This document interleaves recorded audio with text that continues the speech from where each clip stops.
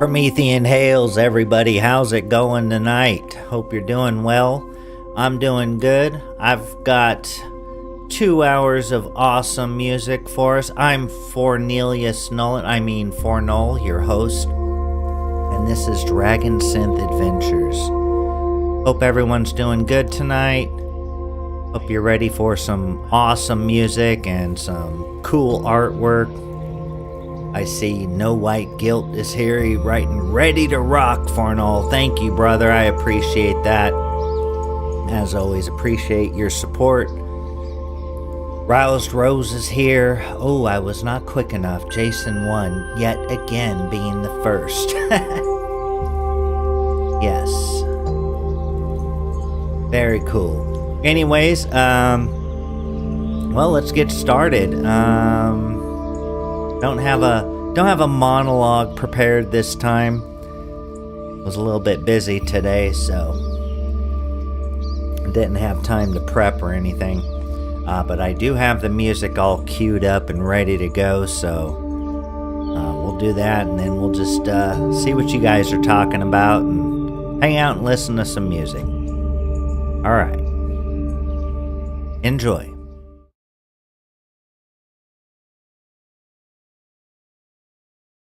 Uh-oh. Looks like we got dead air, so I'm gonna have to figure out what's going on with the music. Oh, and I see the problem. There we go. No problem.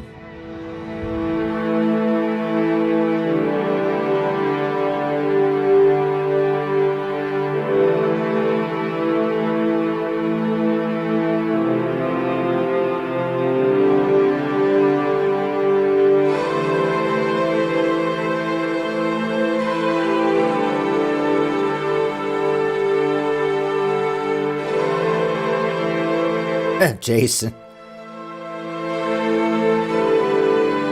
Jason says he's fast when Fornull comes on. That's super cool. Thank you. Legendary rock star like Jason. I'm honored to have him as a member of the chat here.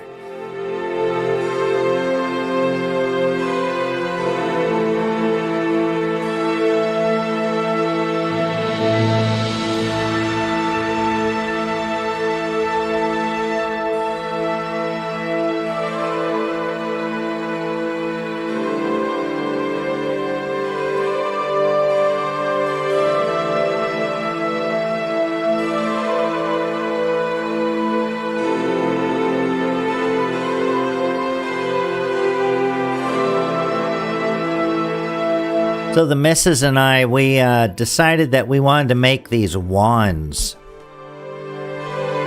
Thought it would be kind of fun, little woodworking project. And so we have a big ash tree in the backyard. And so we thanked the ash tree, and I climbed up on a ladder and I cut down some branches that would be suitable.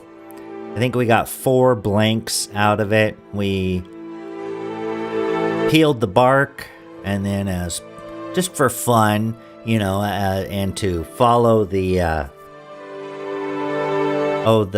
ritual of it, I guess, that we had learned about. We stripped the bark from the branches, and then we put them around the tree, and now they're drying out. Although I was out in the shed, I have a shed that, you know, I keep my tools in and stuff.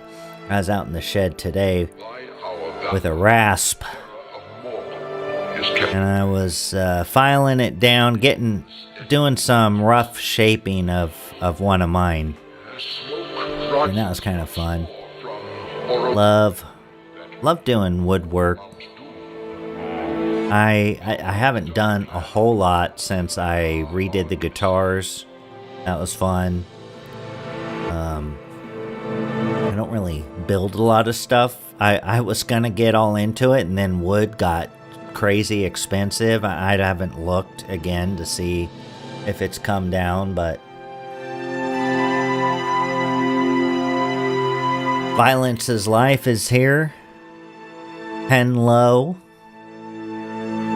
Yiz is wrapping up. She's writing. Cool. Woodworking is awesome. I agree. It's fun. It smells good when you're doing it. It's useful. Art and Party is here. Writing, hello all. Hello, Art and Party. Jay Bishop's here. Hey, Fornull and friends. He writes, Craig the Man is here. Hello. Welcome. Roused Rose writing, I'm letting mine dry out a bit before I mess with it. Yeah, the bark, once you peel it off, you know, it's kind of slimy and wet for a while, and it is really green, so let it dry out, harden up a little better.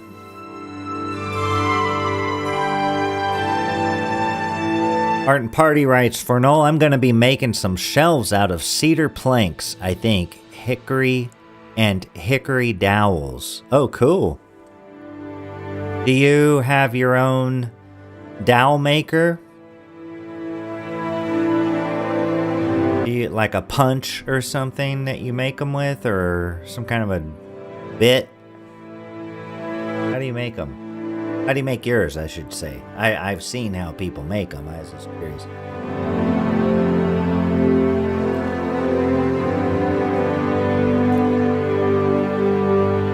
Storm is coming. The Nazgul have crossed the river. Ride! Bought some dowels. Okay, cool.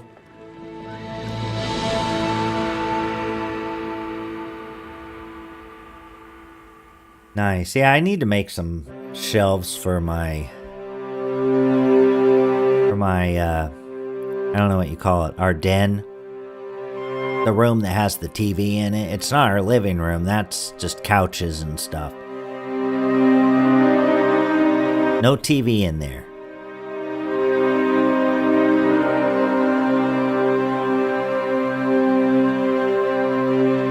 Howdy, American Counter Rev 2025. Welcome. Good to see ya.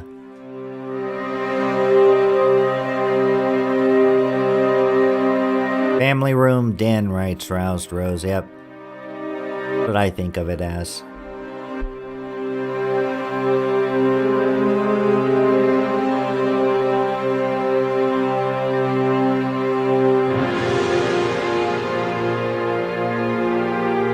Ash is a nice wood to work. Okay. I haven't, that I know of, maybe when I was in school, you know, in wood shop or something did, but I'll take your word for it.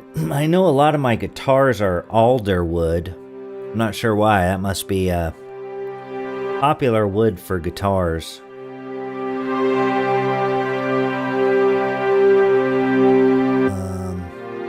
But all we have here on my property are redwoods and ash that I would use for this. We have some like small kind of trees, but as far as like a big tree.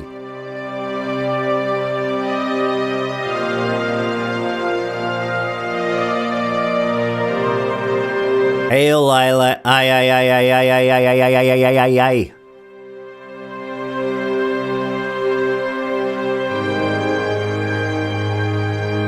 That's too many eyes. The eyes have it.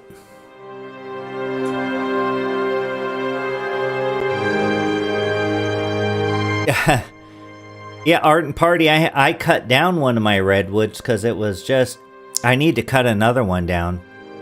And I kick myself for not saving a bunch of the wood. But when I do the next one, I'm gonna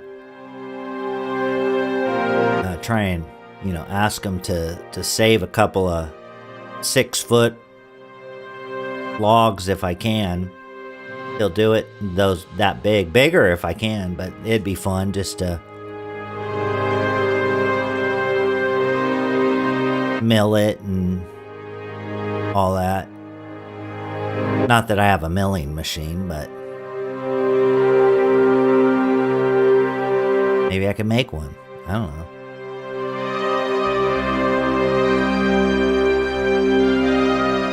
I know, shame on me. It was out in front of my house for the, they come around every once in a while. They do the pickups, the curbside pickups. All kinds of people were coming to the front of my house and taking some logs with them. Beautiful wood, though. It was really, really nice looking. Well met, Hallander. Writes, I had planned to catch this from the start for once, but I installed OBS and started streaming terrible keyboard playing and lost track of time. Oh, really? Well, are you going to do that more? I'll check that out sometime. Is it on your channel? I'll go check it out after the show. I downloaded a bunch of your stuff today. I finally remembered that it was on SoundCloud, that you have that link on there. So I don't know what happened, because I was thinking, okay, I gotta play some Hallander, some Mossway, some of this other stuff, and I went and looked and I couldn't find any of it. But I'm on a different computer than I used to use, so I didn't have it on this computer, so I re-downloaded a bunch of it. That's cool. Oh, on Twitch. Okay. Well, Twitch has replays too, so I can go over there and check it out.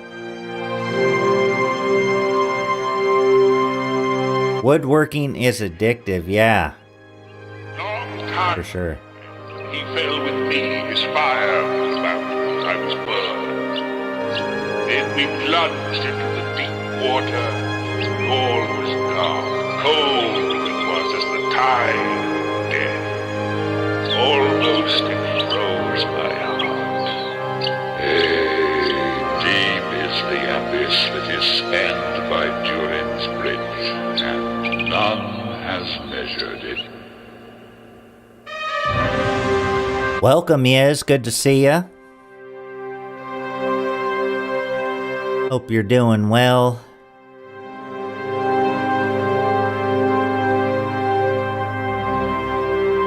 Yeah, so Hal, what kind of stuff were you playing? Like your original music, or were you just kind of improvising, or what? Did you have a backing track, or was it just you with like a synth sound or something like that, piano sound playing?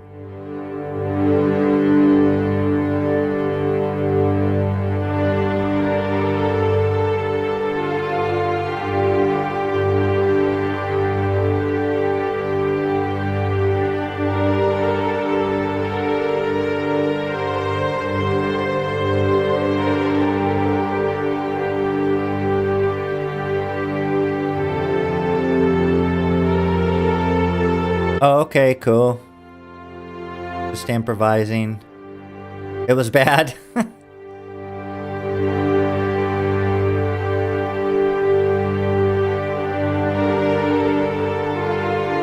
Well, improvising live, yeah, that's a little bit of pressure. I don't know if I'd feel comfortable doing that. I usually like to have things prepared. I remember when I tried to do a live thing for White Art Collective, and I had this like grand plans. I had all these cool backing tracks, and I was gonna make it like a concert.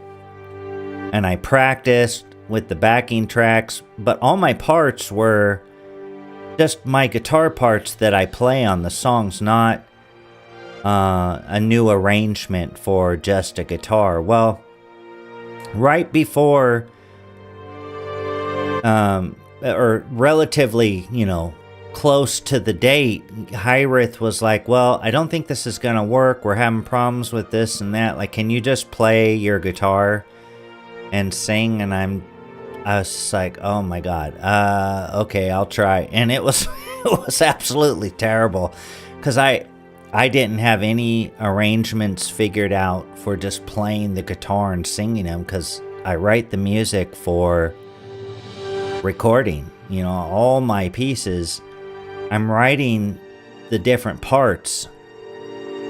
But anyways, I did it anyways. I was kind of nervous and I wasn't super happy with how it came out, but I did it. You know, I went through with it. Unlike, there was another guy. What was his name? Something. Was it that Lucas Gage guy, maybe? I can't remember. It might have been someone else, but a guitar player.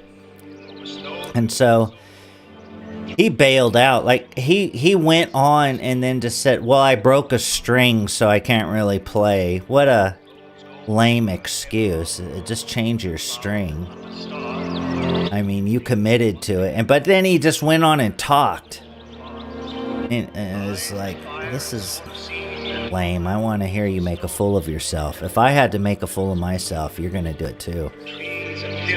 But, yeah, it's good to do. You know, it teach me some humility. Not that I needed it, but definitely was, it wasn't good.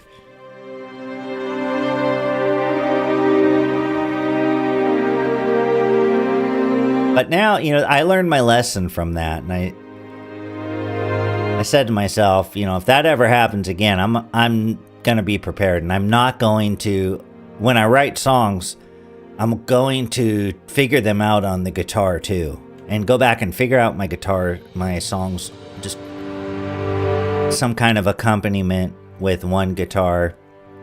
And so I do that now just to practice, and it's fun, and I know a few of my songs that I can play and sing at the same time. But it's hard. And if I improvised, yeah, it would probably be, I'd need some effects and stuff going on, and I would have to probably play for about an hour on my own before I start streaming and get in that zone. And then hope that turning on the camera and stuff doesn't destroy it. That I could keep it going and have something interesting, but yeah. Hey, Franklin.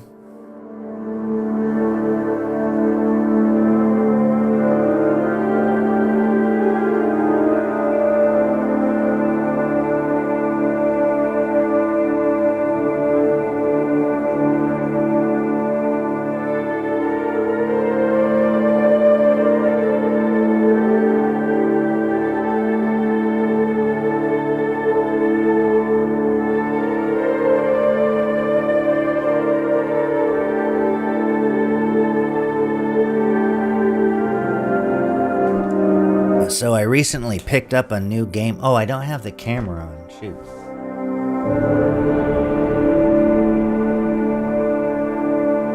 See what we got here.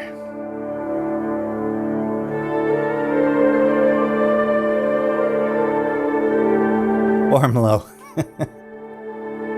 That's right, Franklin. I am Fornull. Formula 1. Get the camera to work.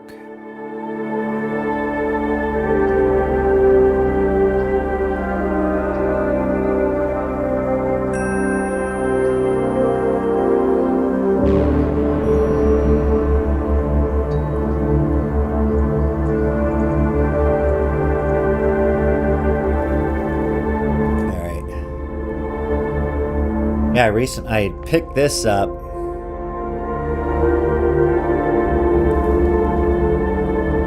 Pretty cool. It says rediscover on the back here. Rediscover your history, reclaim your homeland, revive your heritage, rebuild your honor. This is Varg Vikern's new RPG. And I have the other one, the Mifrog, which I've made characters before. In fact, I made a character with one of the guys in the community, although we didn't totally finish it, but we did a lot of it. And then I just got busy working on this thing I'm working on, this Foundry virtual tabletop thing I'm doing. But I like reading these books, you know, sometimes instead of... I like reading fiction too, and the news and all that stuff, but sometimes I like reading these role-playing books. It's kind of interesting because I enjoy figuring out systems. That's probably why I love software development and things like that, but you know, it's fun just learning how they work. But I think I like this one a lot better than the Mifrog so far. I think it's a little more accessible. It's got a neat theme to it, which is basically you're setting out in this world to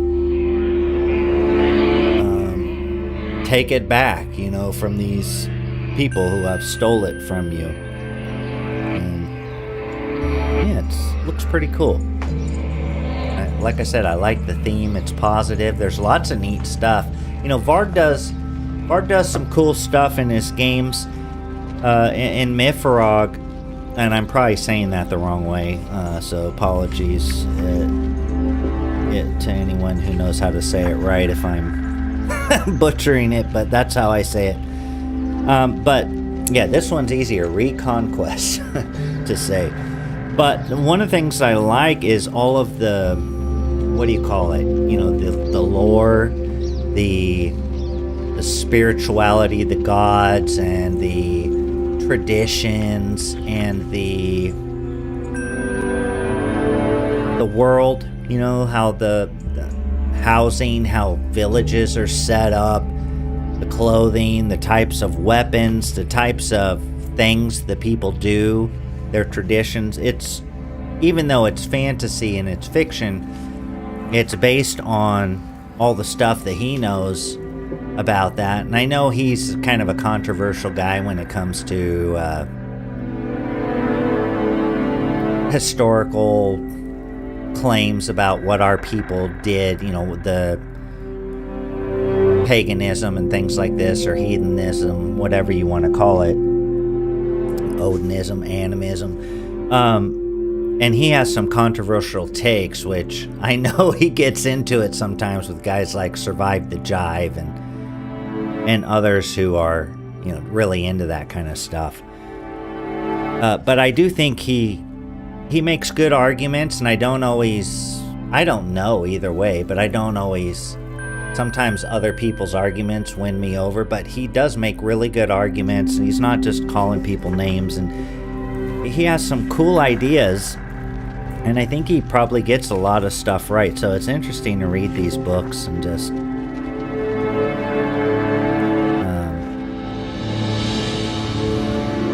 just kind of think about that, what our traditions were and things like that, possibly. Kind of stuff's pretty cool. I like all the ancestral religions stuff. You know, I was born a Christian. I was born into a Christian family, you know, all the family. Went to church, went to Sunday school, all that. So it's kind of that mindset or whatever. It's just kind of ingrained in me for so long, but I'm not like a diehard Christian or anything like that, and it doesn't, all these ancestral religions and all that, they don't offend me. I think they're awesome. I mean, I don't think it's sacrilegious to do this. If this is, I'm pointing to this book like it's some official book on paganism or heathenism, but personally, I think it's cool. You know, do it all. I don't care. Maybe that's maybe that's heretical to some people, but I think our traditional beliefs are pretty awesome. And who knows? You know, who knows how everything came into being? I don't. Yeah, many Christians do, and I know I did. I had very strong convictions for a long time about how things came into being, but you know, I don't know for sure anymore. I try to keep an open mind, but like I said, being raised that way for so long, it's hard to ever totally break out of that way of thinking. Let's see. A nice cover, bit more for Fornull story, but yeah, it's only in the last year. I'm just reading Hallander's post. Began trying to make a point of being able to play my compositions, at least in the simplest sense of the word. I respect live musicians a bit more now. Oh, for sure. I agree, Hallander. And that's a good goal. I think that's a great goal. And even if you never play live, I mean, hopefully you do, and hopefully I will at some point do a little, 3 or 4 song set again. That'd be kind of fun on my stream. Just some low-key thing. It'd be fun. I think even if you don't do that, it's good for you. It's good for your soul. It's good for your mind. Practice your songs, be able to play them. Maybe whistle the lead while you're playing the backing chords. I'll do that sometimes. I'm playing the chords and I'll try and whistle the melody, or of course sing the melody. And I get a lot of entertainment out of that. I could entertain myself for a couple of hours doing that. Just working out difficult parts, where the timing's this thing's coming on the and the guitar is playing a different rhythm than the vocals, and it's fun working that out and training myself to be able to do both at the same time. Is it as brutal as Mifrog or hard focused on realism? I think it's a little more forgiving, Hal. I think it's a little bit more gamey.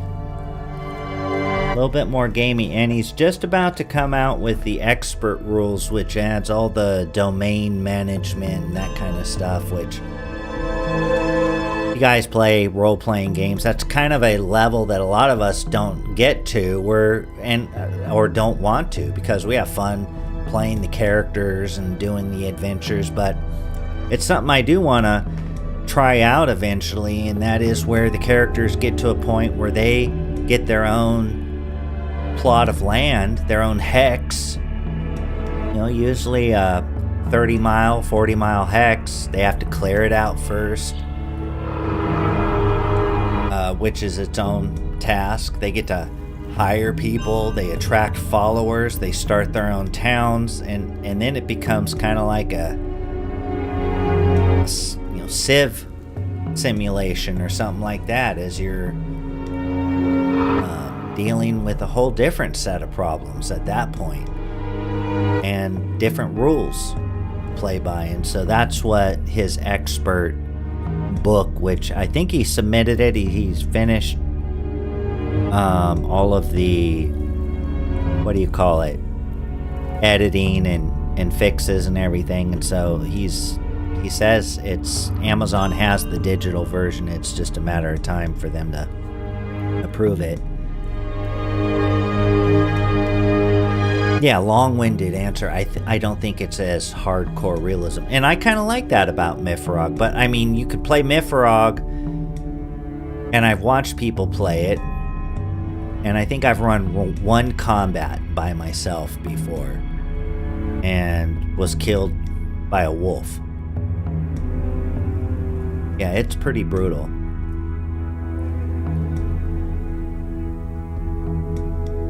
Yes, Road, I grew up that way too, talking about religion and that kind of stuff. So it's hard for me to not be one. I wish I was raised something else though, like Asatru, Odinic, etc.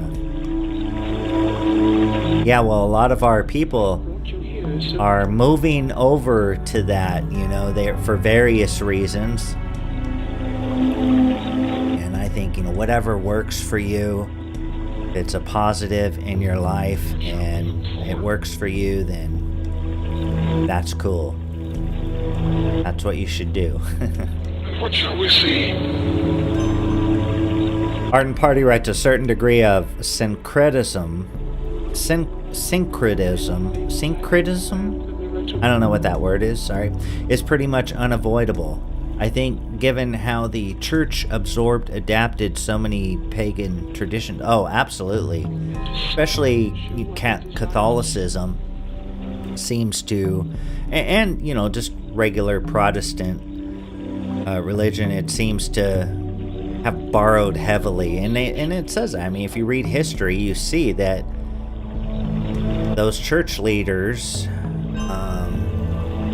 as they were turning it into a bureaucracy where they wanted power over everybody and become the middleman between God and the people, they knew they had to do something to bring people in, so they just adopted a bunch of the pagan holidays and traditions and rethemed them.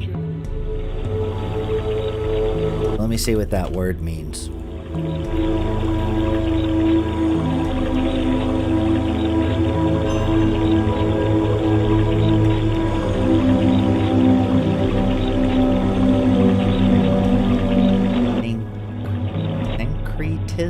Syncretism. Oh, let's go back to the visuals. I don't need to be on the screen.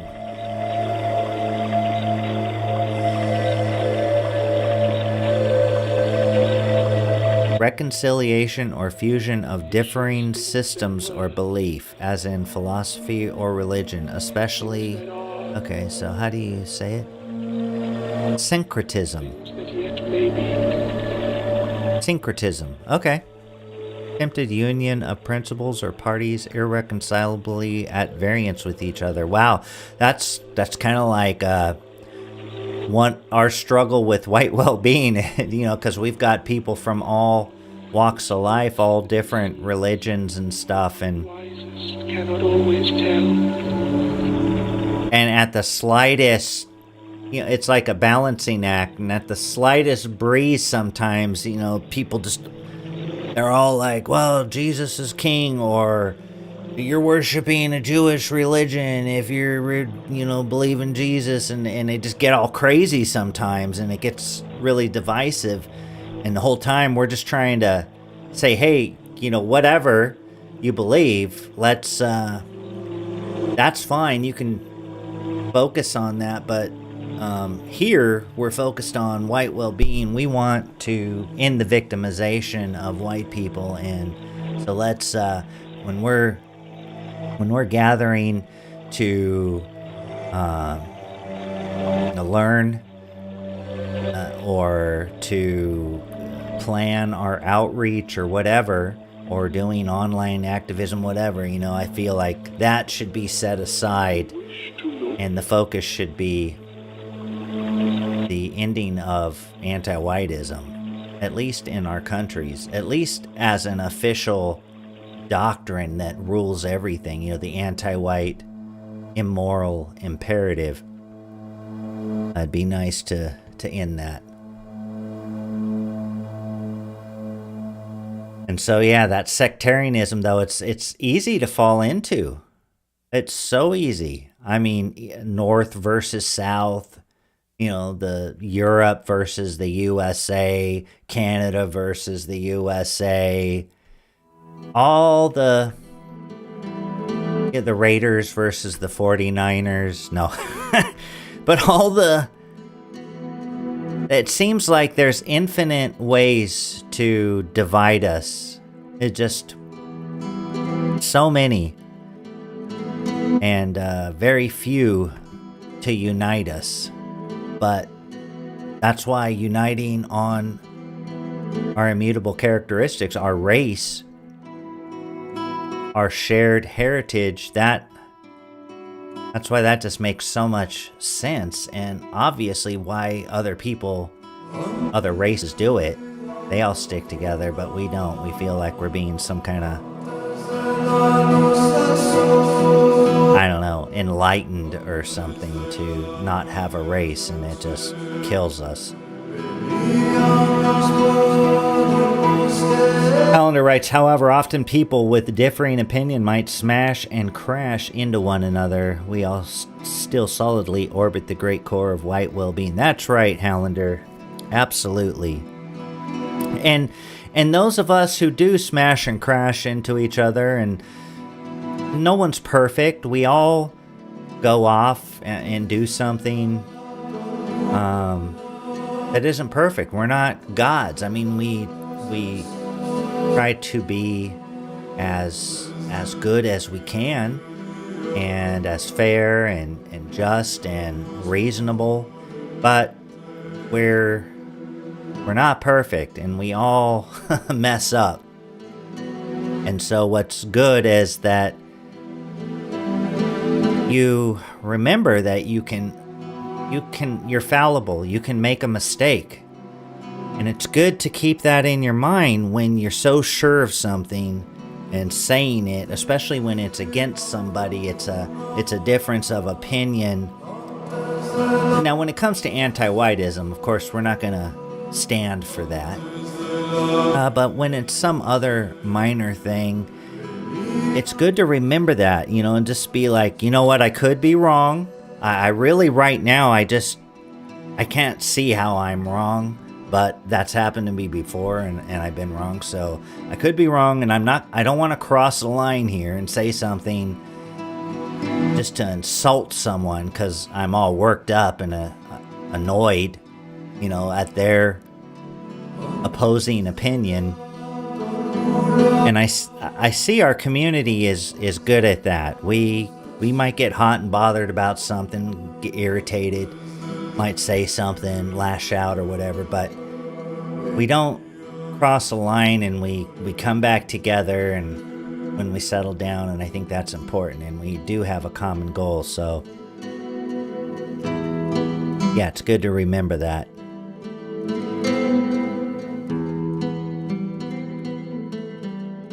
Yeah, with the intra-tribal, right, not intra-tribal conflict. Well, the anti-whites are clubbing us like baby seals, absolutely. Europeans versus Europeans, yeah, essentially.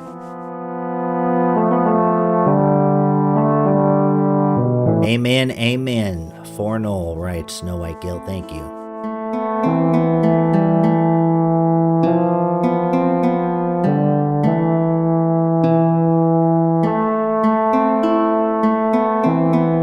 Yes, right. I do my best to be chill and not rock the boat among our own. I think you do a good job, Yes. I do too. I try to. But I know sometimes something bothers me that shouldn't, and it's probably just a combination of things. And I'll, be annoyed at it and be a grump about something or whatever, but all I can do is just try to, like I said, not cross a line, not screw everything up, not be self-destructive. And that's something that's easy to fall into. I know when I was younger, especially very self-destructive. When I would feel frustrated, I'm the kind that's like, I just want to burn it all down. But, yeah, with age comes wisdom. Hopefully.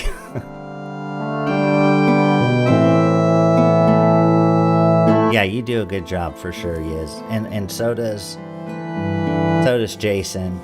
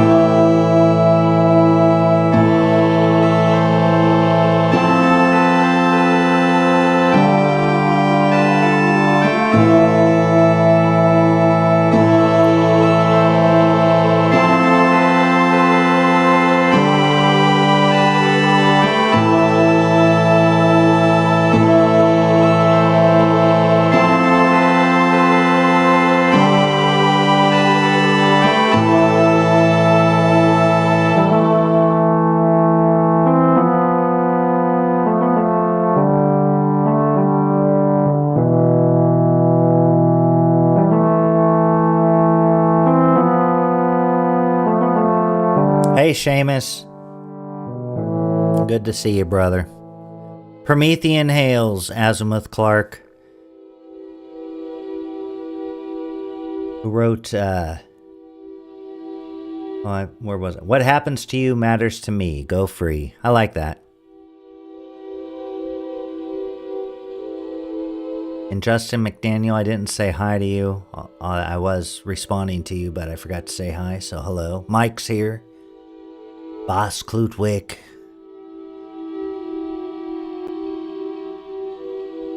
Cool.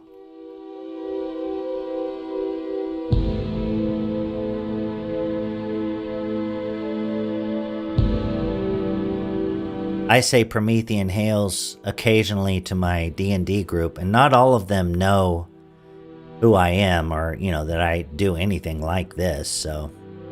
In fact, I think some of them would be quite shocked.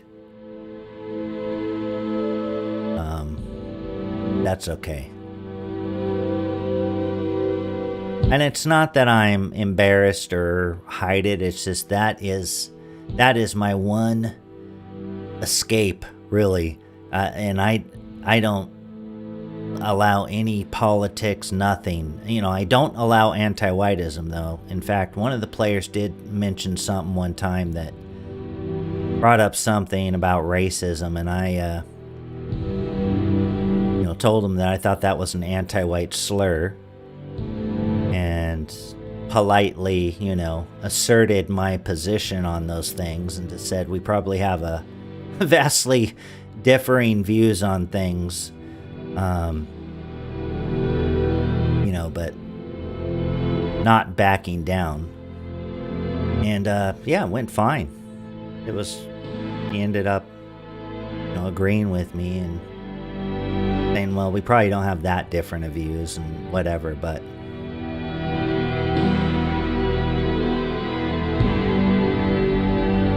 now had I told him, gone a different approach, it might not have gone so well.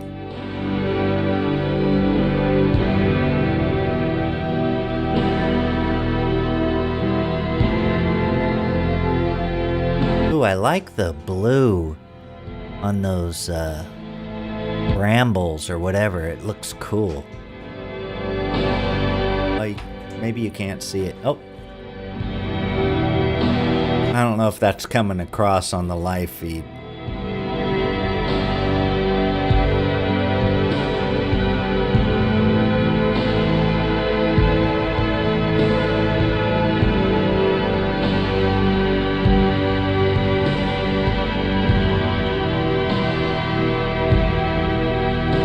Based?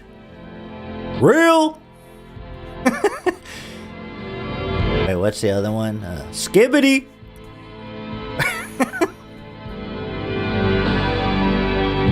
Now.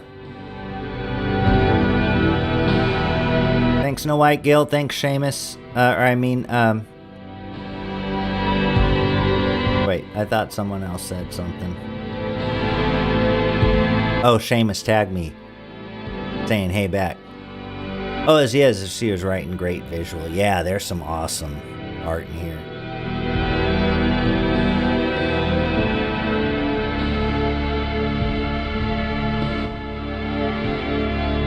It did. It worked using the lexicon and going about it in a way where I'm not attacking them. I'm just defending white people. But because I've had so much training in doing so, I know the arguments to make that are just gonna slide right on through. They're not antagonistic. They're reasonable, and that's nice. It's nice to have those on tap for those kinds of situations. Whereas, before I learned how to do that and was practiced at it, my blood would boil immediately, and I would probably just say all kinds of crazy stuff. maybe justified, but not very effective.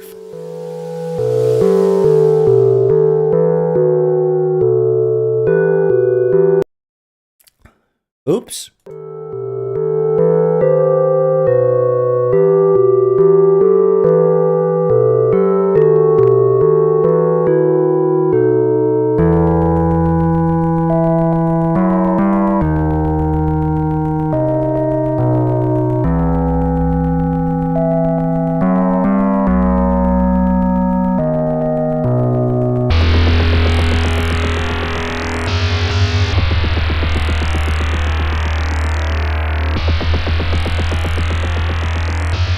Wait, what did Green Fez ask? Evening, friends. How late am I? Oh, and then Hallander said, can you cast arcane spells?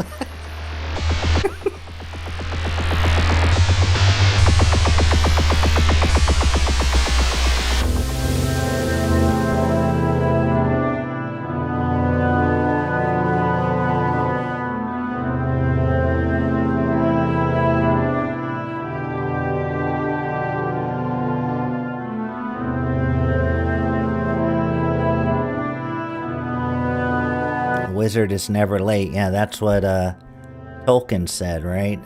Gandalf. He arrives exactly when he means to, or something like that.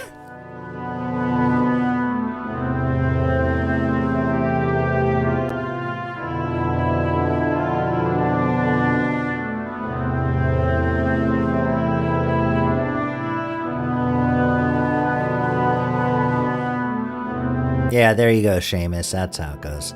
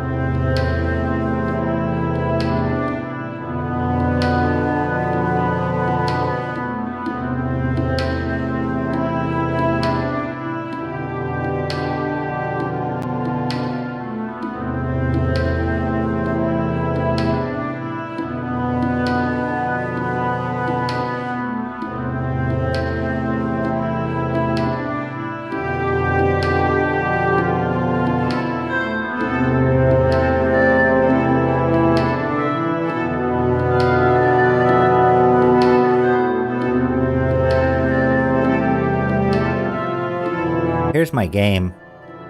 This is a scene from what we're doing right now in this game. These guys, but maybe this is boring, so I won't talk about it too long, but and not boring for the players. They like it. They've been working out of this town called Rugalov. It's this little town, and it's, let's see, on the coast. It's in the eastern area. This is called the Known World. It's one of the early D&D settings, and they're in a place called Karamikos or Karamikos. So they've been just exploring, doing stuff around here, and so they're working out of this town, and the lord of that town, his name's Lord Latescu. He's a priest, like a cleric, they call it in D&D. And so he's been sending the adventurers house here. Cool.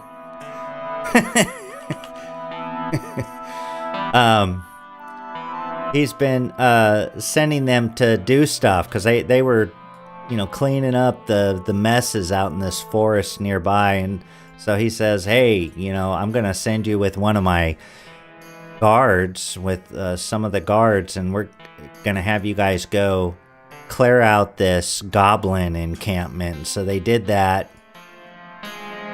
So now he sent them to this manor where there's it's the guy who used to run the town before Lutescu took over, and the family hasn't been seen from in a long time, like maybe 30 or 40 years, and people are getting attacked on this road here. There's this road, it goes in between this town. Hold on. I promise I won't talk forever about it. It's going to take a second to load because I'm streaming, so my bandwidth. But there's this road. I'll go back. And it... No. And anyways, so they're being sent out to check out what's happening, and I wanted to show it to you, but now it's locked up.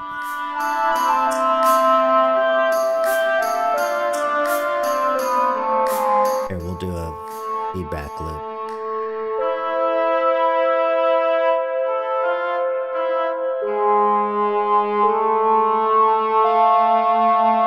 I don't know.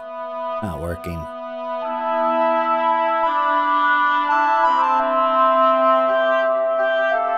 Ah, here we go.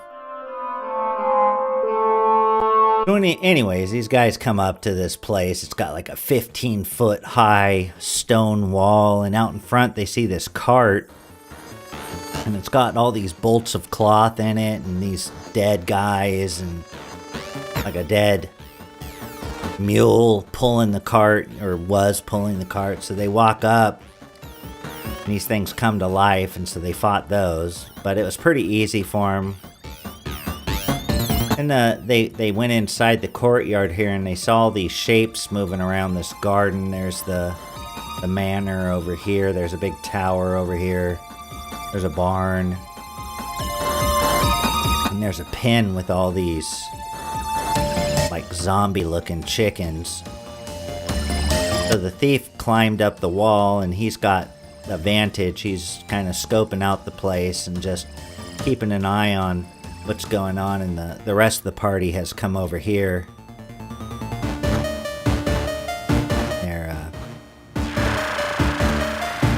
They're fighting these guys, zombies. There's Magnus, that's Hal's character. And here's Darvis's character, my son.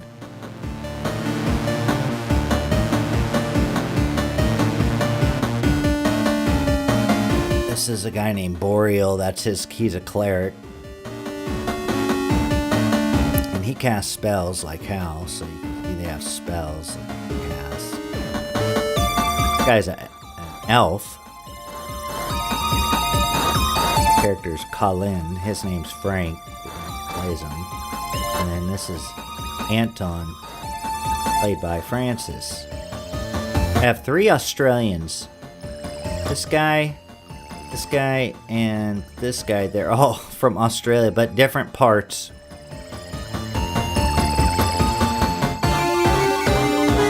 Anyways.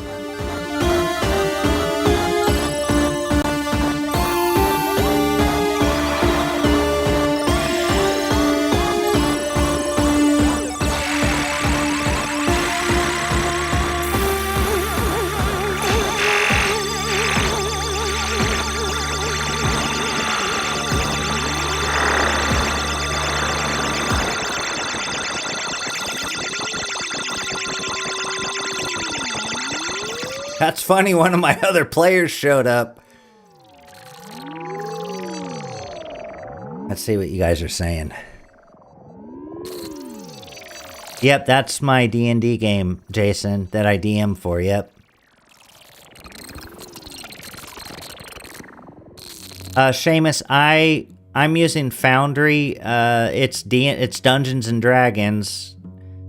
It's called Beck Me Dungeons and Dragons, or Rules Cyclopedia Dungeons and Dragons. That's the version. It's first edition Dungeons and Dragons. It's a little different than a D&D Advanced Dungeons and Dragons, but and then that's Foundry, and then that's a system I wrote for Foundry. So Foundry is just kind of a platform that people build game systems for.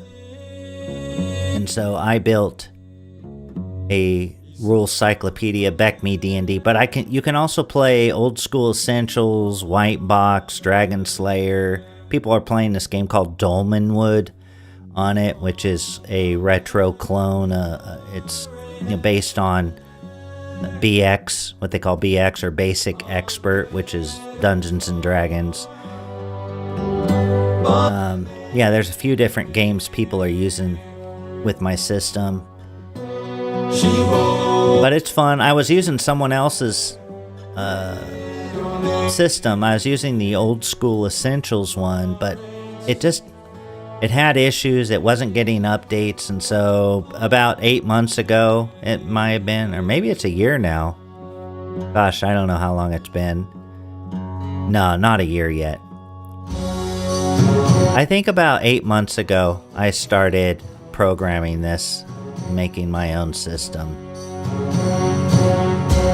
And it's going pretty good.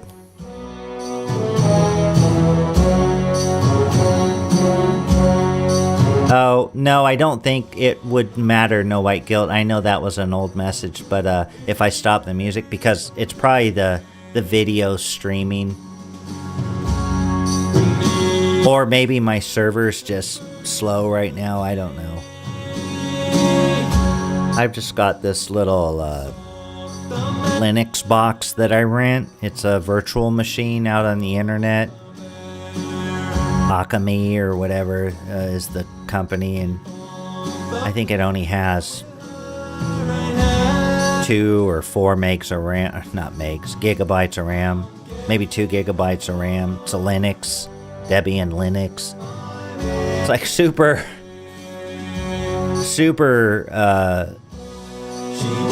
what do you call it, low processing power computer, but they're cheap. I mean, when I got it, when I first got it, you could rent them for $5 a month. And it's a virtual machine, it's connected to the internet. So you just buy a domain name and point the name servers at your machine, as if you know how to do it. I set up Nginx as the web server and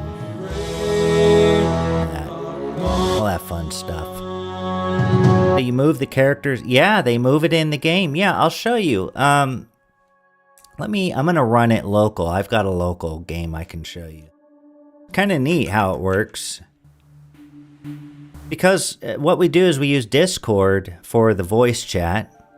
So every week we meet, we all go into the voice chat. And so we're talking through Discord, but we're all looking at the same screen. And because it's a website and they have logins with their passwords and everything, they can log in. It's always running, so they could go check their character whenever they want and look at stuff. And they can't really do anything in the game while it's paused. But to answer your question, yeah, it depends on what we're doing, because there's often times where we're just looking at the map of the city and we're role-playing out what they're doing. Maybe it's just a shopping trip, like the different guys want to buy stuff, and so I have to kind of tell them what's available and how much stuff costs, and we go through all that. Although I'm making that a little bit better because I have these merchants now in the town where they can actually interact with them like a video game, and they have stuff and they can buy from them almost like it's a video game. It's kind of cool.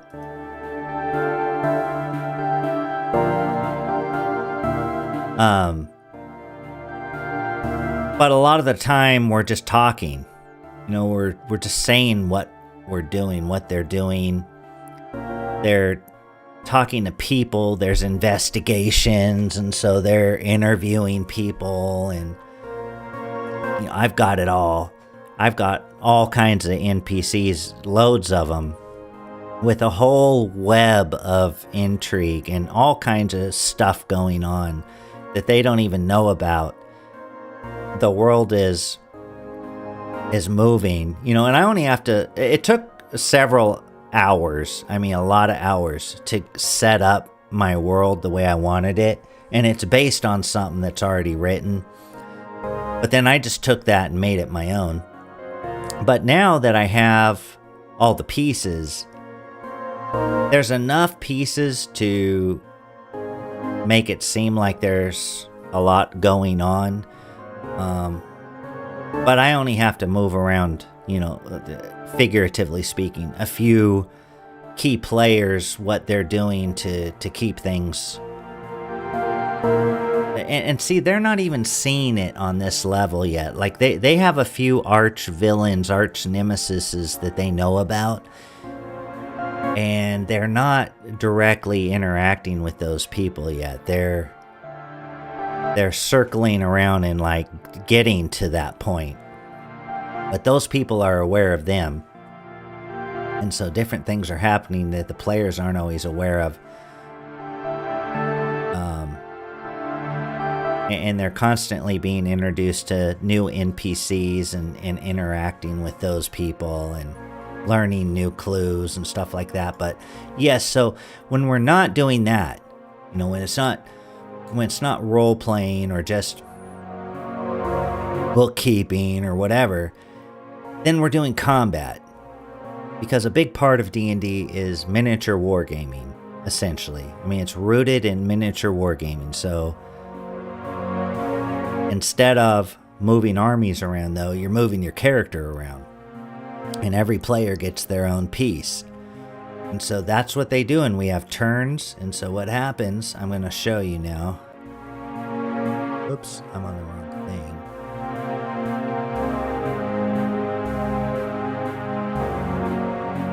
Gosh, and I hope I'm not boring the crap out of you guys.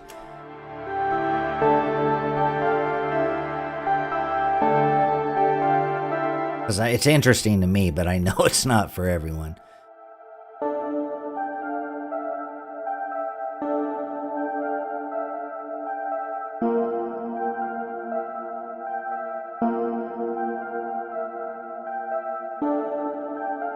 Okay.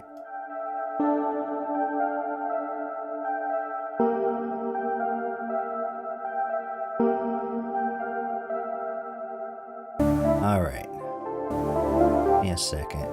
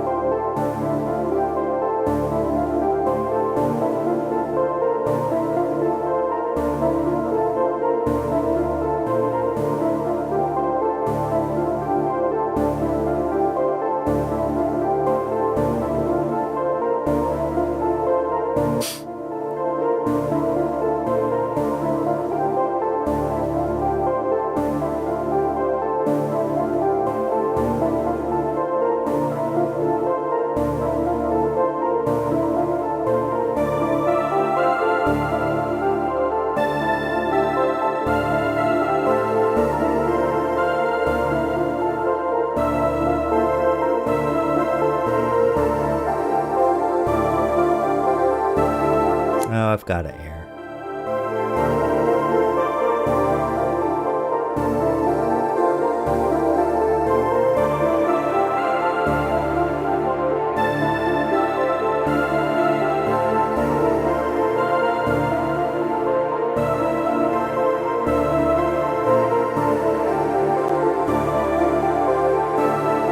Oh, that means I... All right, listen to music for a while.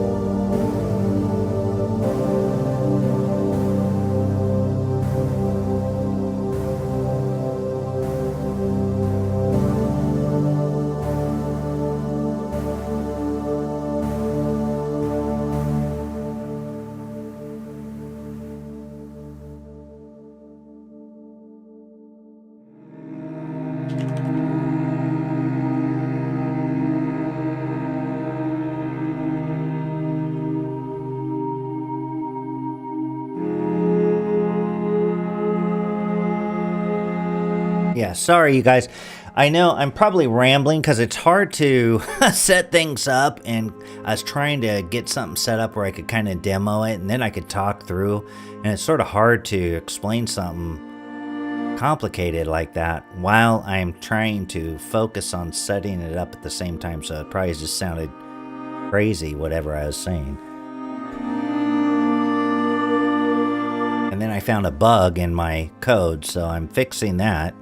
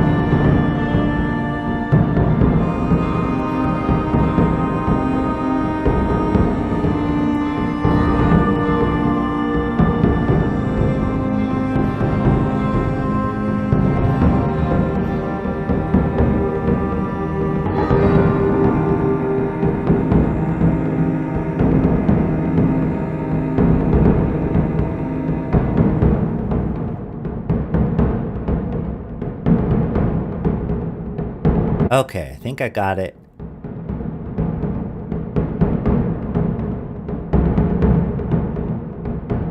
If anyone's still there. And I can't see your chat while I'm doing this either because it takes up the whole screen, so... Okay. Alright.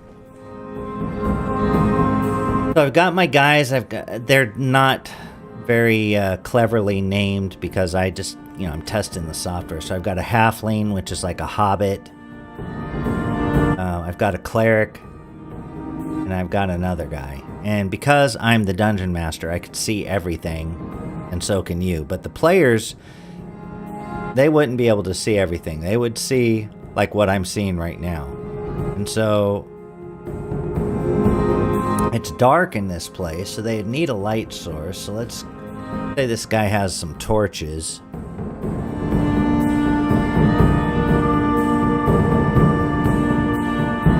Maybe a lantern. Give him a lantern. And some fuel for the lantern.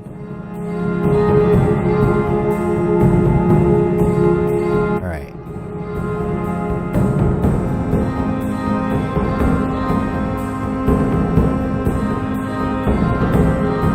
Give him a name. About...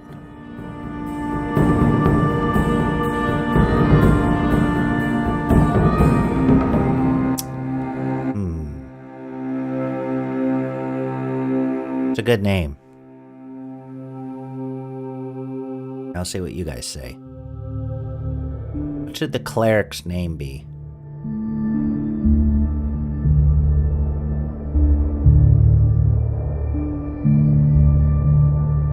Let's go to a different animation. We've had that one.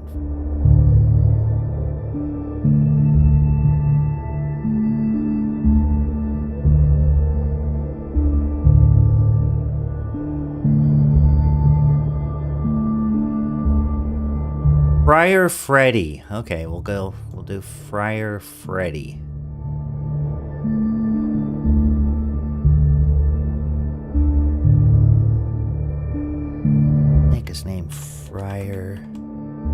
Jason's like, I just asked if they move around, god damn it. I need your life story. Alright, so they're in the dungeon, it's dark. So they could light a lantern, so they're gonna light the lantern. Now they can see. Got these three guys. You got Krogar. He's a fighter. Here, we'll make him second level. He's not that good yet. Cleric is definitely not 16th level, maybe second level. We have the halfling. He'll make him a third level.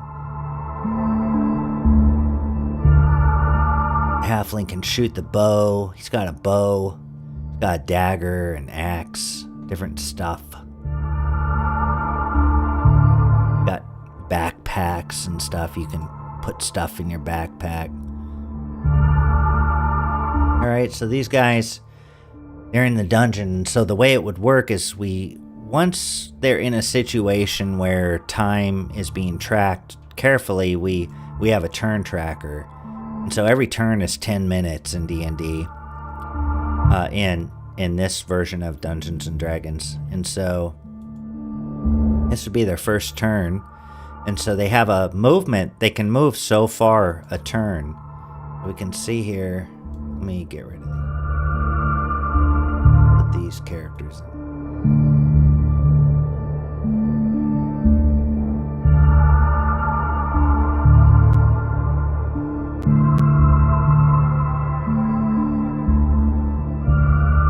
Friar Freddy.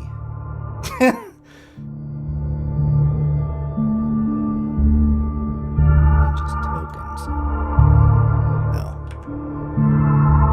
Oh, you can see the monster.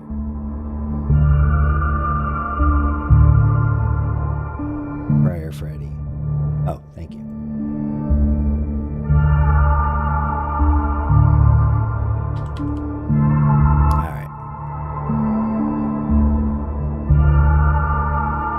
We'll name the halfling too. We'll name him Brodo. Okay, he's Brodo. Brodo Braggins. Very original name, I know.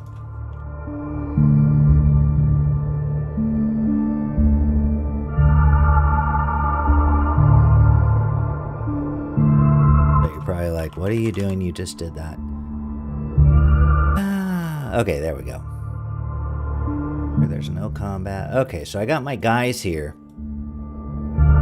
Oh, I need to put the cleric back on. Okay.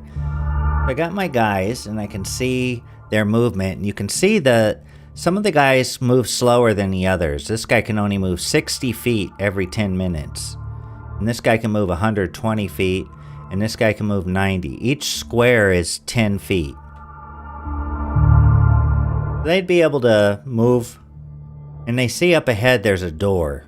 So they don't know what's at that door. So they're going to get the halfling and he's going to go up to the door. And so he could listen at the door. And this is the first turn. So we do one turn. And turns matter because your torch will only last so long. So you gotta, stuff weighs.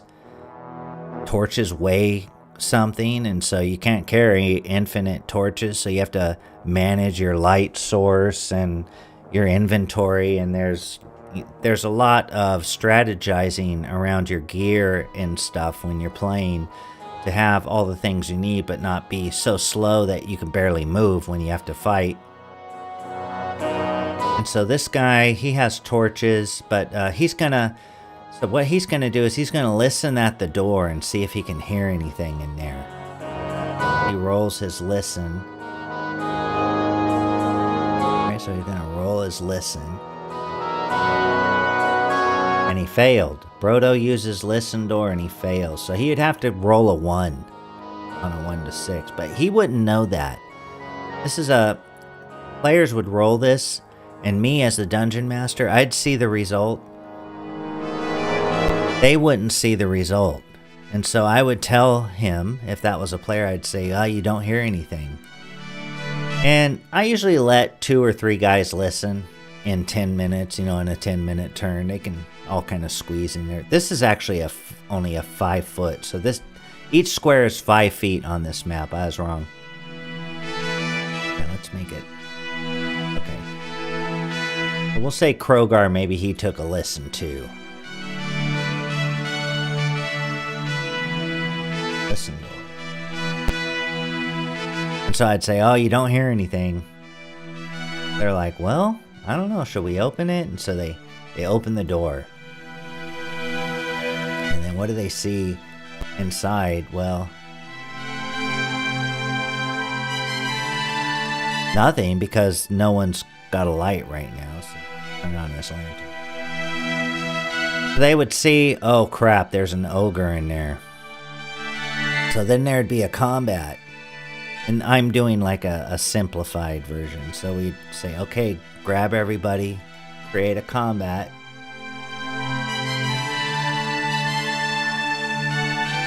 So here's our combatants. We got 3 adventurers and 1 monster, an ogre. And so first thing we would do is everyone would tell me what they're going to do, because if you're going to cast a spell, you have to tell me that, because the monster could hit you and then you'd lose your concentration and you'd lose that spell, because you can only memorize so many spells. And if you got interrupted, well, that's the game. You lost that spell, and different things happen like that. And so everyone would tell me what they're going to do. So we're just going to keep it simple. Everyone's going to attack. Well, Friar Freddy is going to attack. Brodo will shoot his bow. Krogar will attack. And then, of course, the ogre's going to attack. So the players would do this themselves. And they'd show up here. And then players would roll for their initiative, and this is how we tell who goes in what order. They rolled a 3. Ogre rolls a 1, so the party gets to go first. So Brodo is going to shoot an arrow. So he targets the ogre. And he's shooting his short bow.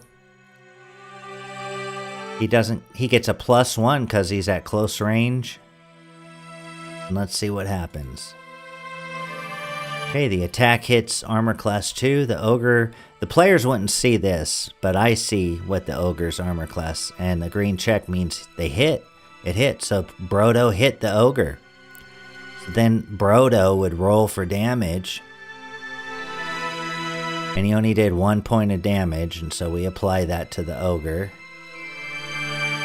That's Brodo's turn, and then, I'd have to do begin. And it'd be Krogar's turn. We'll say Krogar rushes in there and swings a sword at him. Okay, and he hits too. He rolls a 16, but he gets +2 for his strength, +2 for the mastery of his weapon, so he hits. So he rolled damage. 10 damage. Guy's awesome with the sword. What is he? Oh, he's an expert with skilled with the sword, so yeah, he's super good with the sword. So we apply the damage. Ogre's still up. And we have Friar Freddy coming. He moves in. He's gonna attack, swinging his warhammer, and he misses. He doesn't hit any AC. He rolls a 1. It is an automatic fail. Now it's the ogre's turn. Okay, so the ogre could attack either one of these guys. I don't know who he's going to attack. I'm not the ogre, so I'll roll. We'll say on a 1 he attacks this guy, or I'll roll a d6, like a regular 6-sided die. 1 to 3 this guy, 4 to 6 this guy. Okay.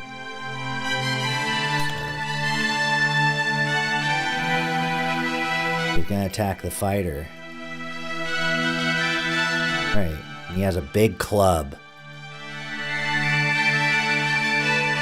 Ah, but he misses. So then it'd be the next turn. So we do that all over again until either the ogre's dead or all these guys are dead. And then after they beat the ogre, we would see if does the ogre have any treasure? What's in this room? You know, they're not just empty rooms. The rooms have purposes. And so there'd be stuff, and the players would continue. After they killed him, they'd continue. There's traps sometimes, and so they gotta check for traps, and sometimes they fall in the traps, and they would keep on exploring this place and finding treasure and different things and whatever they're there for. So that's kind of how it plays out.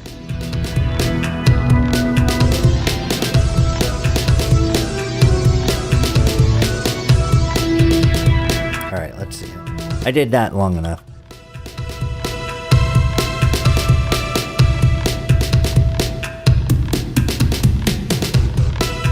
Yes, Jason, the dice are done on the computer. It uses an algorithm, though, that's really fair. It is very random. Not as random as real dice, but perfect randomness is basically impossible on a computer, but it does a pretty good job. And so, I know it's not as fun as rolling real dice. And sometimes I roll the real dice for things that the players don't need to see the die roll. But the nice thing about rolling the dice on the computer is it's all logged. So we can just go back, scroll back, and go, oh, what'd you roll? You know, and it's easy.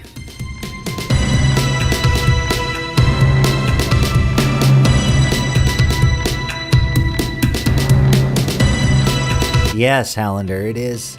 It is fairly easy. I've got it so many things automated now with my system that it really makes it easy. I don't have to look up on the tables, just, you know, find if you guys hit or anything like that.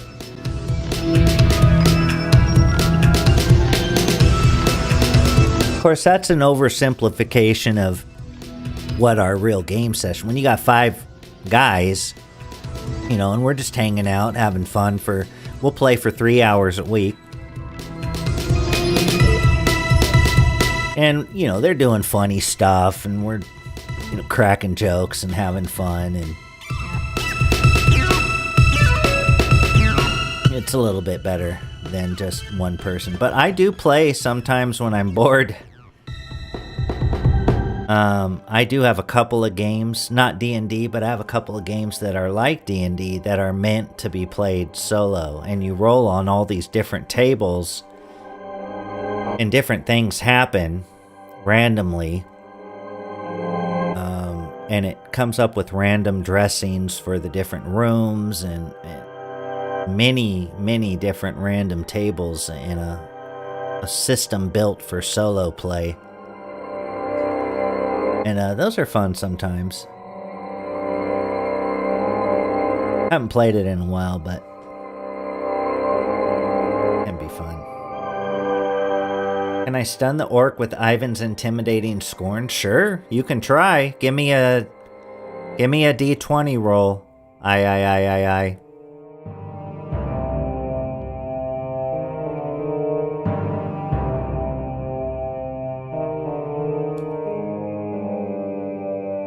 And part of the fun of being the dungeon master, and the player as well, to be, not to be honest, but just thinking about it, part of the fun is improvising, is coming up with stuff. Just like you come up with stuff in a conversation, you know, when you're hanging out with your friends trying to crack each other up, or you come up with something when you're playing on your guitar or your keyboard or whatever. We're constantly improvising in real life, improvising solutions to problems, some new permutation of a problem that we have to kind of improvise a solution for on the spot, at least have something to try out. And that's part of the fun of that, is because you're there with your friends and you're improvising, a world. Like, I'm improvising a world, kind of, in a way. And yeah, it's fun. It's a neat creative challenge.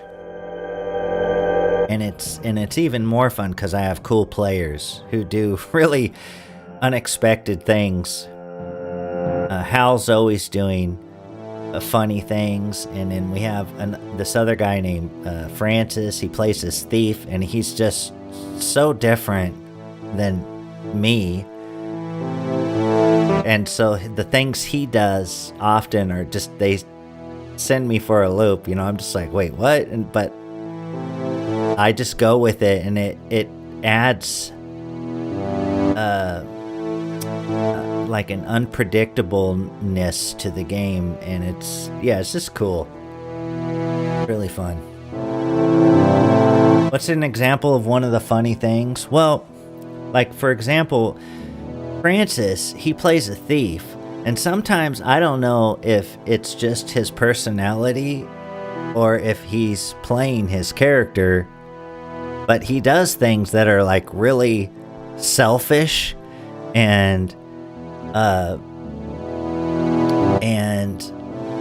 just like these self-centered things. Or like, for instance, one time they had just finished saving this whole kingdom, basically, from this evil force, like this evil presence that was taking over, and they figured it out and ended it.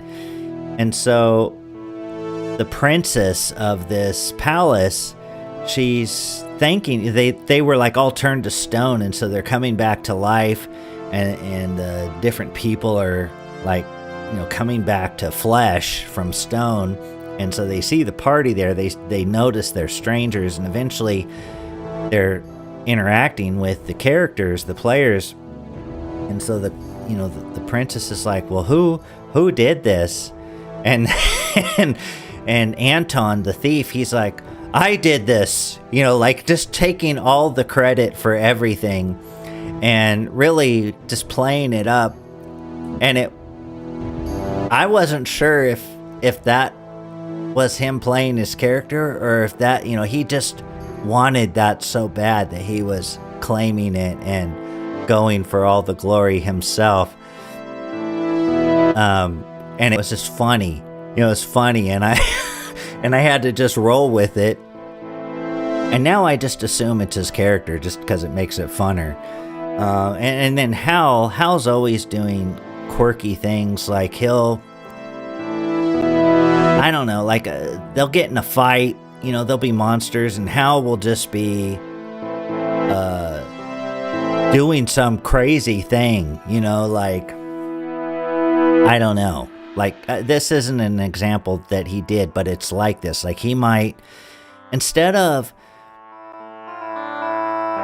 utilizing the best tactic, like maximizing his potential to damage the enemy, maybe moving up, trying to get behind someone and stab them with his dagger or whatever, he'll do some crazy thing like jump up on a tree stump, and jump off of it, spinning around in a circle, yelling out as he comes crashing down, landing with the knife, or some elaborate funny move. And of course, for that to be successful, he's going to have to make a few different rolls to see if he can actually pull that off, if his character can do that. And so he's just throwing caution to the wind to have some style, some flourish, to make it funny or interesting. And then it's super funny when he actually succeeds and pulls it off, like killing the monster with that blow or whatever. So just funny stuff like that.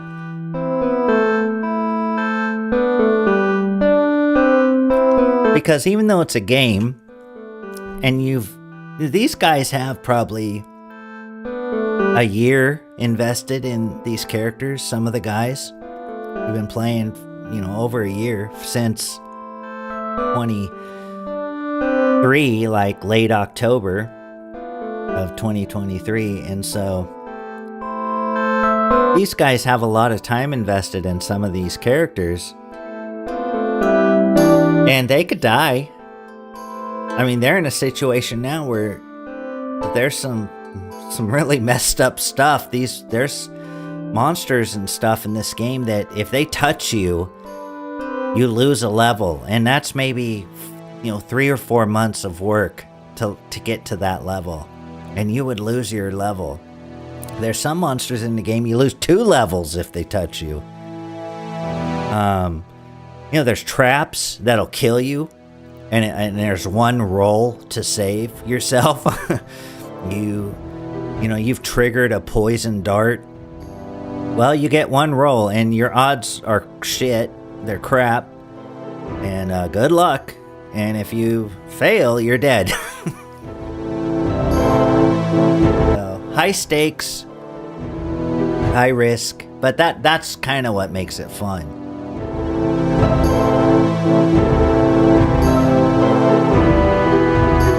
What happens if a character dies? Yeah, they start a new character. In fact, usually when I get a new player, when we're starting a new game, it's just automatic. When they're first level, it's like roll up 2 characters. So we just got the next one ready to go. Because first level characters are not very strong. And they could just die, one hit, they're dead. So it's amazing when they get to 2nd and 3rd level, then it's, then they got a chance, they got some cushion, they can take some damage.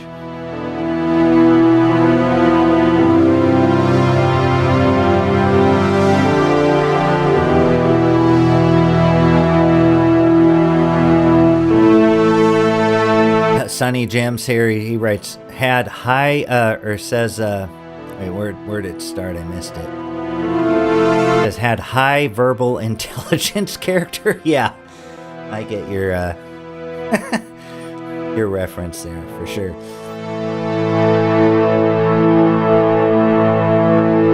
Oh, yeah, when it doesn't work, when Hal tries something and it doesn't work, then it's like, oh. And sometimes, though, these guys they'll get knocked to 0 hit points. That means they're dying. And every turn, every round, because when you're in combat, it's 10-second rounds. It's no longer 10-minute turns. You're in 10-second rounds.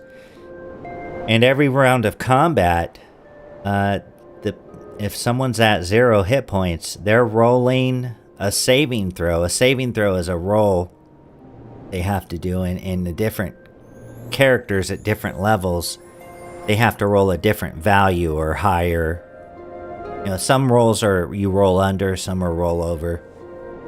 The saving throw is roll over. So they have to roll a certain number, and if they don't, they're dead.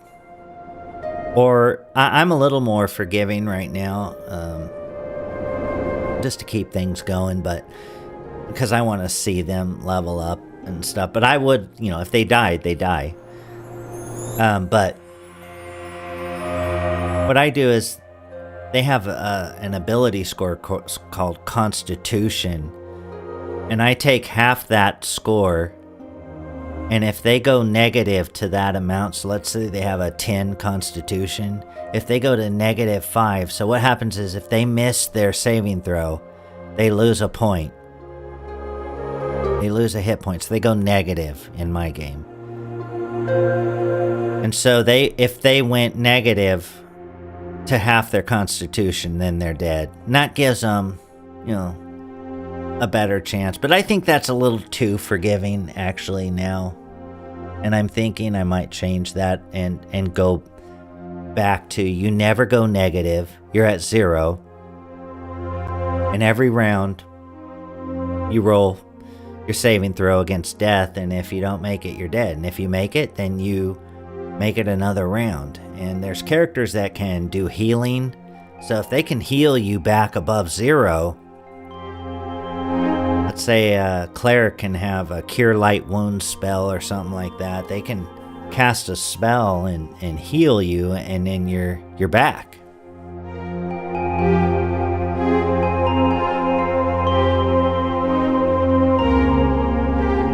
That was his beard, Roused Rose.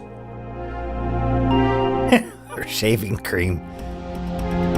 Remember when, well, I know little boys did this. I know I did. You know, you make like a beard with the shaving cream. Shaving with your dad. When I was a kid, I had like a toy, a shaving kit.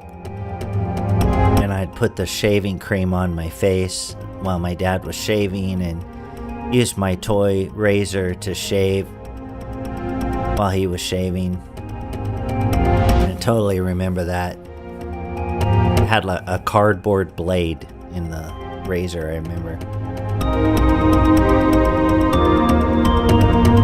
Yeah, the healing will save you. I mean, I know it's a dumb game. It's just a dumb game, but it's fun. It's just fun hanging out with my buds and just having something, a little distraction for a while. Because I'm looking at the ugliness, you know, every day and dealing with that, so it's a nice little respite.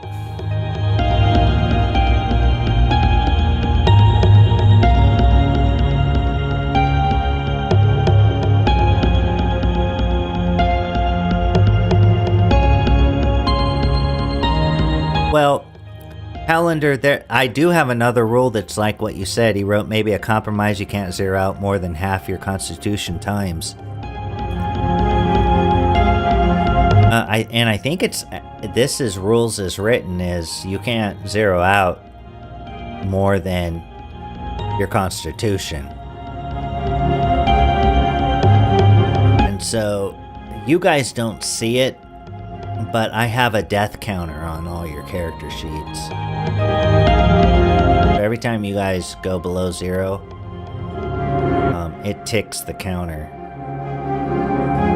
And I'm wondering, I haven't really messed with that in a while, so I wonder if anyone's over. I am a little lenient, but that's partially because I want to see them get to the higher levels and see what that's like and experience that. And of course, yeah, we could just start a game and they're all 5th level or whatever, but you know, it's kind of fun doing it this way. And like I said, if it's legit and they die, then they die, and that's just how it goes. So.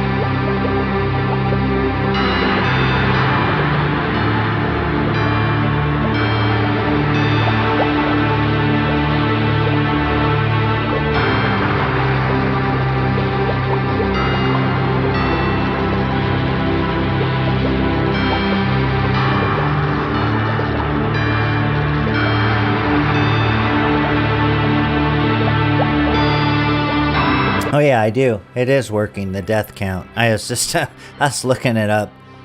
So I can see, like, Hal's character, he's died 2 times. And his constitution is 9. So he can die, he can go to 0 7 more times, and then he can't go. The 8th time, he's gone for good. Thanks, Jason. And thanks for all the cool questions, too. That keeps things going. Sunny Jim writes, now the weather is getting nicer here in the UK. Definitely going to go out and touch grass more. Been getting pretty anxious with the state of things here lately. Oh, God, yeah. Yeah, it's scary over there in various parts of Europe. The state that things have gotten to, it just... Ah, man, that just, it makes me anxious. It makes me sick to my stomach. The lengths they're going to. Yeah, we gotta get our people just making some noise, objecting to this.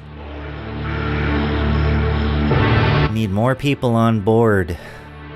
More people getting it, seeing everything for what it is, and I know we can turn it around.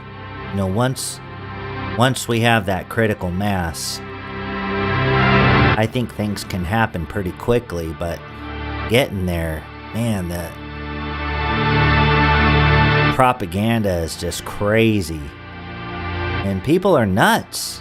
You know, these people, they got the TV, the media has these people committing acts of terrorism against, you know, like these Tesla owners and all this stuff. It's just insane. These people are nuts. They think they're being some kind of hero. And they're just tools.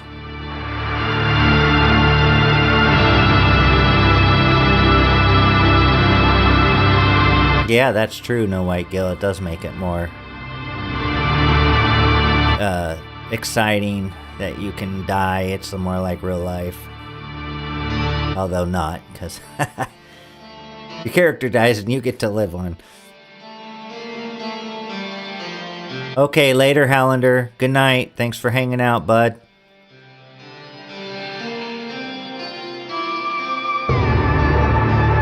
Sorry if I got that too late.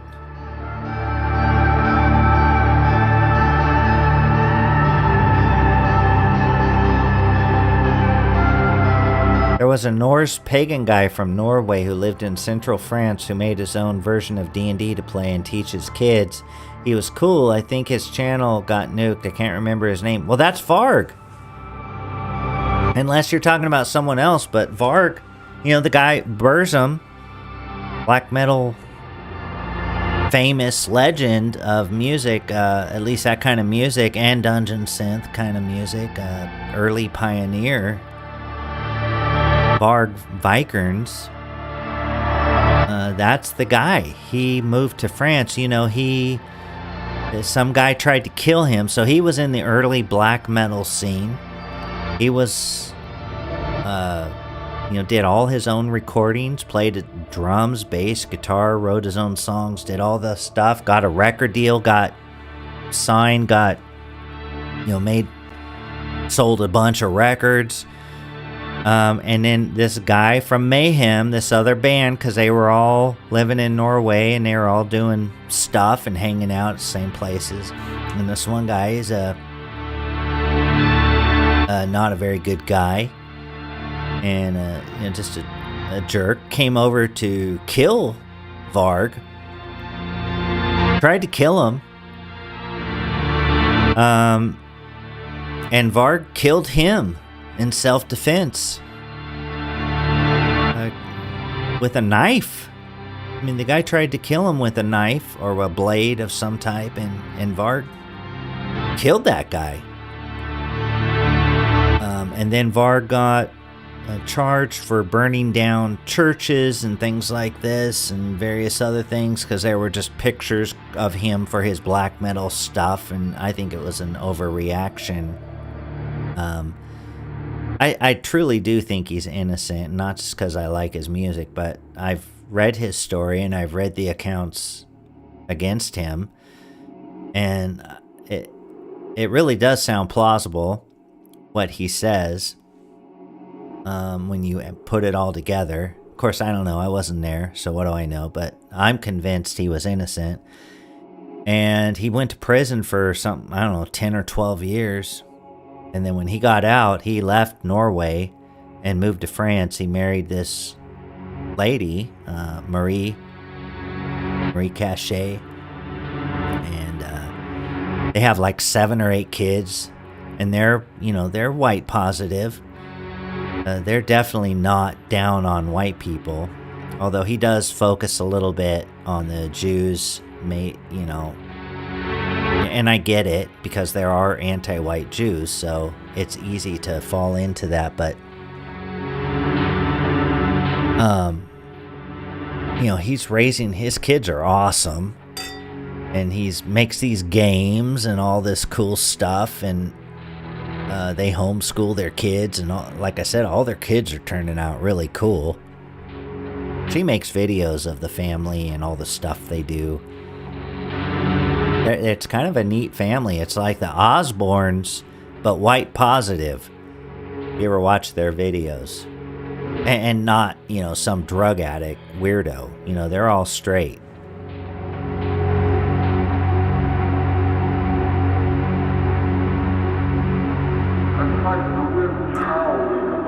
Yeah, no white guilt, that's true. Mark Dice said that too.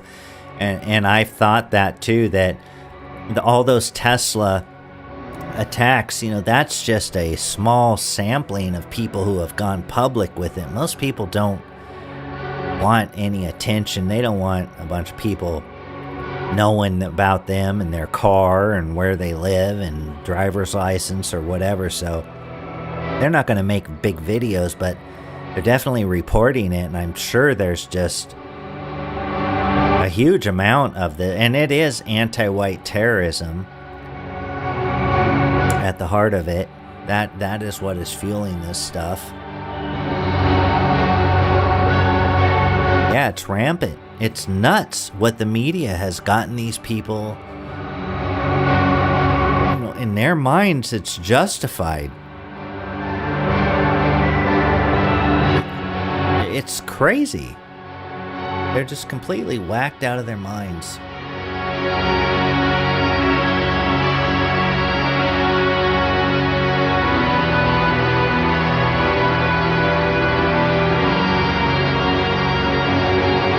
Yeah, it's anti-white terrorism, and I wish people like Elon Musk would call it what it is. But he's too scared. The word saying anti-white terrorism, he'd shit his pants. He's just a coward. He can't commit to that, because committing to that implies that you're going to see things in that way, and you're going to be on the side of white people, because that frames things in a way that once you say something that way, you're on that side. And he's such a coward, he doesn't want to be on that side. He'd rather see innocent people raped and these people going to prison for Facebook posts in Europe and all this shit. He'd rather see that than step up and say, hey, that's anti-white. That's anti-white terrorism. Because it's obvious. He's a pussy. See, if we lived in a normal society, a healthy society, we'd be able to get to him, and me and Jason and Seamus, we'd tackle him and we'd give him a noogie and say, "Come on, stop being a pussy. Stop being a pusillanimous coward. Don't you love your people? And we'd haze him until he said, no, I want to be one of the dudes. I want to be one of the bros too. So you guys are the cool guys, so you're right. And then he'd be with us. He'd be one of the men.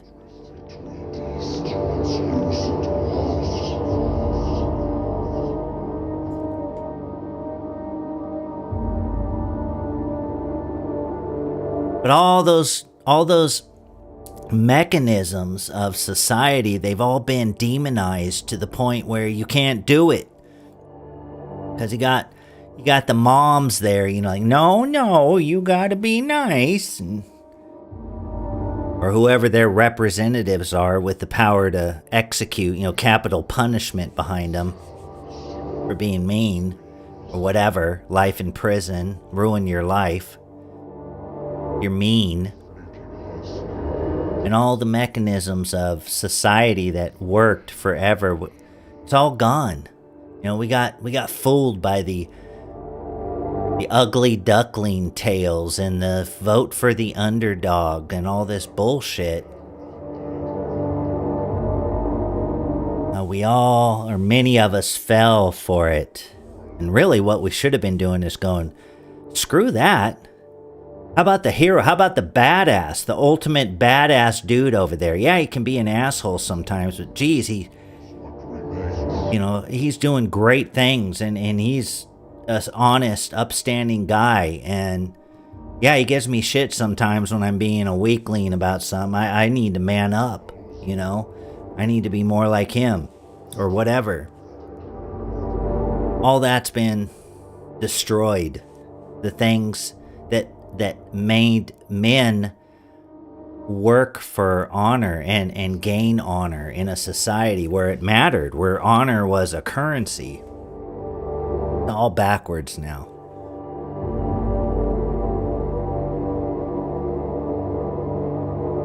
Yeah, we don't celebrate the hero. We celebrate the underdog, the nerd who does some bitch move to get at the real hero. And of course they portray the hero as just this self-centered whatever, what they are projected onto the hero.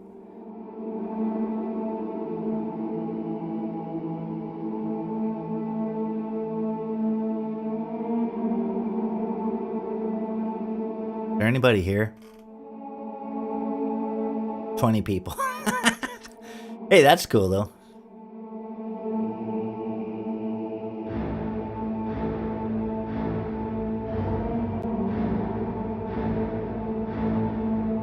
Hey, 20 people's better than 2 people.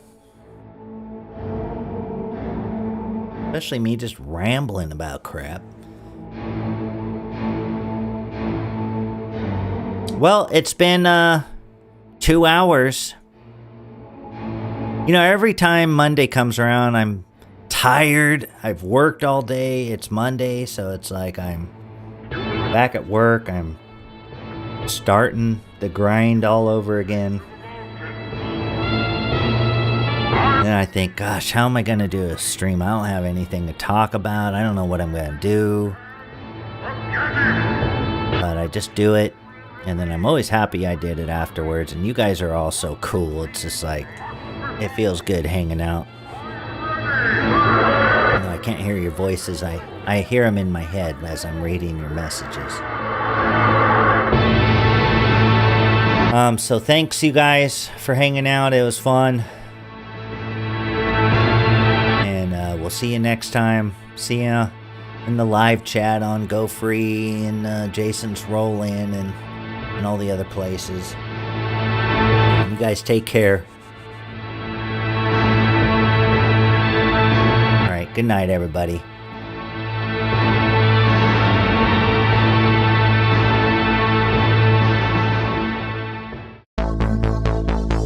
Dragonsynth, adventures. Well, we're flying through the air on a synthesizer, baby. Dragonsynth, adventures.